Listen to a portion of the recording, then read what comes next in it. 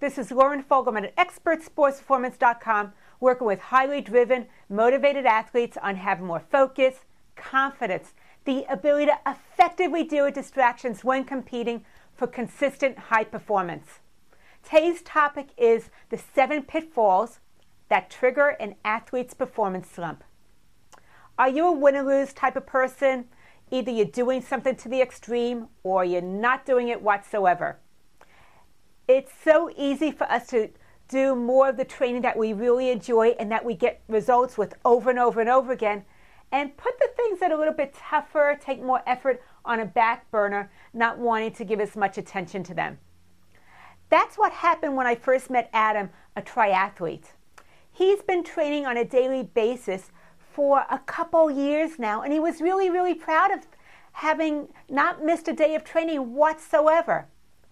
But what occurred is what used to be fun for him was now a struggle, to the point where his legs were beginning to feel like lead. He just wasn't getting the results anymore. He kind of hits that wall, and all of a sudden his energy is just zapped away.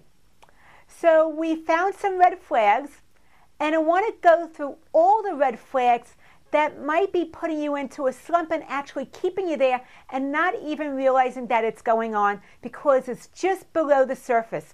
So let's go through those 7 pitfalls right now. The first one is you're using your training to cope with your life stressors. Instead of dealing with life stresses that are coming up as they're coming up, you're putting them on the back burner, just training harder, maybe even doing double workouts because you have a big race coming up. So using your training to cope with life instead of dealing with the things that come up is something to be aware of. Second, chasing. What that means is that you're chasing really high performance goals that you have set up for yourself, but when you're reaching those milestones, there's low satisfaction and very minimal, if any, celebration. So you're always chasing the next goals and you never feel like you've arrived yet. After chasing, complete.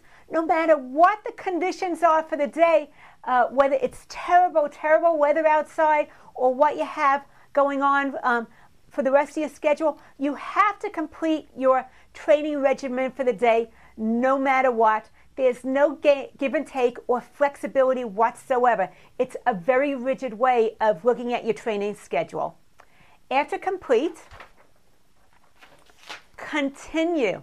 With continue, if you feel like even when there's an injury possibly creeping up on you, you feel that something is a little bit off with your body, you continue to work through the injury no matter what. You don't give your body a chance to recover and rest. It's an ongoing, grueling thing over and over and over again. And what might start out as something slightly off kilter that could have recovered very quickly starts to exacerbate, snowballing into something that leads to maybe an injury that needs a prolonged recovery time. So you can continue training and not really listening to your body. Next is cycling. With cycling, you have the same training pattern going on over and over and over again. There's very little variation to what you do. When that happens, it's easy to get into a rut because sometimes it gets a little bit boring, or you're not really pushing yourself enough to keep it interesting for you. There's very little variety. So having that same training pattern cycle over and over and over again doesn't really work for you. It keeps it comfortable, but it's not stretching you or giving you enough variety. After cycling, competition. With competition, what happens is that you're really training hard to be able to perform at a certain level during a competition, but what happens is it kind of takes all the fun out of it and begins to feel like work. And because it feels like work, you're not really looking forward to it. It just feels like one more thing on your plate that day that you have to get through. So when you're really coming at competitions that way, where it's a job as opposed to something that you get satisfaction from, think of that as one of those red flags, and maybe see if you can approach your competitions from a different point of view to make it more fun once again and take that work feeling out of it. It doesn't mean that you shouldn't be training hard, but you want to be able to enjoy the process. After that, criticism. We all have off days. Sometimes we have off weeks, months, or seasons.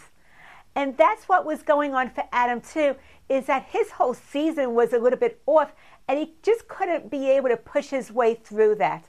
And when he wasn't getting the results that he expected, given the amount of effort and energy he was putting into it, remember, he hadn't missed a training day for a couple years now. Well, when he wasn't hitting the numbers, he wasn't seeing the results, that inner critic was having a field day. That inner critic was just going off on how he wasn't going to be able to do this. What did he think about that? Who did he think he was? All those criticisms that we go to so easily about what a slug you are, about how you're burned out, how your career is over. That's what was going on, is when he was in one of those off modes, when he was in a slump, he started to have that inner critic come alive, take charge, and just let him have a blast. So these are some of the signs to think of. If you have any one of these, it's a red flag to take a look and see if you can approach it from a different way, maybe easing up on yourself, having more fun, being a little bit more flexible and versatile. If you have more than one of these signs going on, like Adam did, beware. It's really something to pay attention to, and make some adjustments to make it fresh again, to really get invigorated, alive, bring that fun into it. And if you have, once again, these signs going on, these are some of the symptoms I want you to think about. The first one is hungry. Are you finding that maybe you're not really feeding your body well? Either you're overeating because there might be some emotional eating going on, or you're not eating enough as a way of punishing yourself, or you feel like you need to lose a couple of pounds and then you'll be able to get the numbers and the results. So how are you really taking care of your body, and are you feeding yourself well, or are you really off the board going either into overeating or undereating? After hungry, angry. Are you easily irritated? Do you find that your patience is on a really short leash? Are you getting angry with yourself, or are you lashing out at the people who you care about the most and really support you?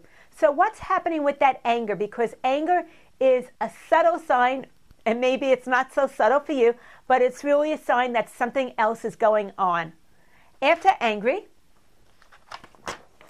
lonely. Are you isolating yourself?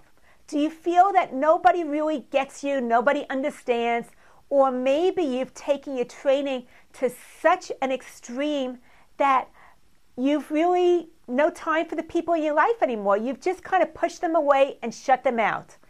So how are you possibly isolating yourself, feeling like your life is in a vacuum? It revolves around your training, hitting your numbers, the results that you are or are not getting, and really you've pushed the people that care the most about you onto the sidelines. And the last one is tired. You just feel a little bit off kilter all the time. You don't have the energy when it's time to train to really hit those numbers that you want. Your body just never has enough time to recover because you're training hard without giving yourself any slack, any days off, any time to really recharge. So is it possible that you're feeling kind of burned out and tired a lot? And this stands for HALT: hungry, angry, lonely, tired. That's HALT. And if you have any one of these symptoms or multiples, then once again recognize that you might be on the way to a slump or in one, and you're continuing to exacerbate it, making it worse and worse and worse by trying to tough your way out of it, and it's just not getting the results that you want. So these things are definitely symptoms to be aware of if you have either one or all four of them. And so here's the way that Adam and I looked at being able to turn his slump into a performance boost. It started out with coping. Adam needed to learn other ways to be able to cope with life's pressures.